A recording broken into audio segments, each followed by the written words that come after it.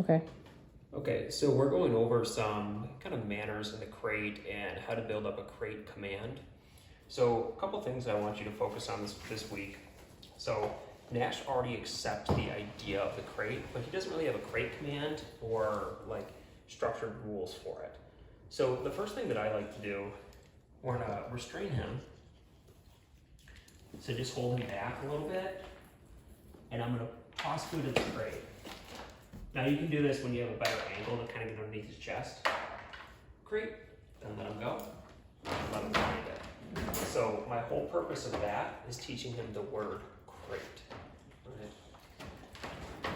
What you can also do as well, so remember we have the want to portion, right? That's that positive reinforcement base. But then we have the have to portion.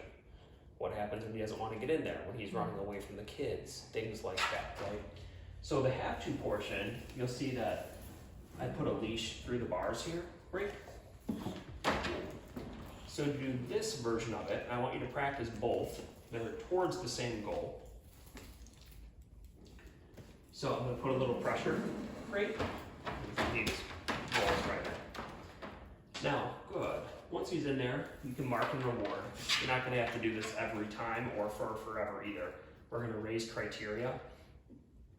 But what I want you to focus on this week, let's see what you want in the crate, right? So we've all done that rewarded relaxation before with him, and we know that he can do it. So I don't want to give him a command, but I'm going to look at three things. When he sits, lays down, rests his head.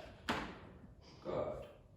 And you'll start to notice too, we're only going to pay for laying down or head resting.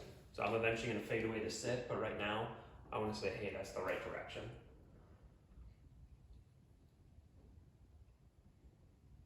Because I want him to go in here and relax.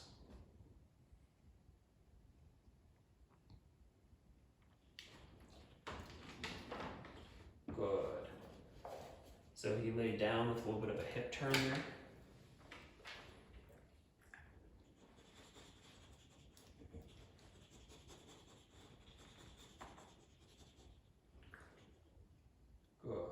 Okay, so then we had the head rest there.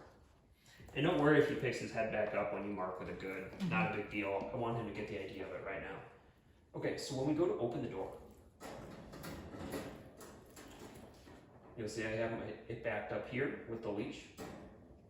Not always gonna be possible if he sleeps overnight like that, but you wanna have this general concept with the door, right? I'm gonna kind of bait him into this just so we can get him to try it. So let's toss food here. I want to shut that door. So I want him to believe there's a barrier at the doorway itself. And that he needs my permission in order to get out of that. So this is the same thing we do going in and out of doors. Just gonna be the same thing with the crate. Now, when he relaxes to a degree, so generally here, like sitting, looking at you, but he could also lay down, look at me, that's totally fine.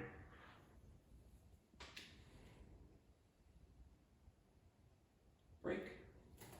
So I'm going to invite him. Break. Come here, buddy. And he'll pick up more on that as time goes by, but you just want to be super consistent. Break means you can lead. So that's the whole thing that we're going to do this week with crating.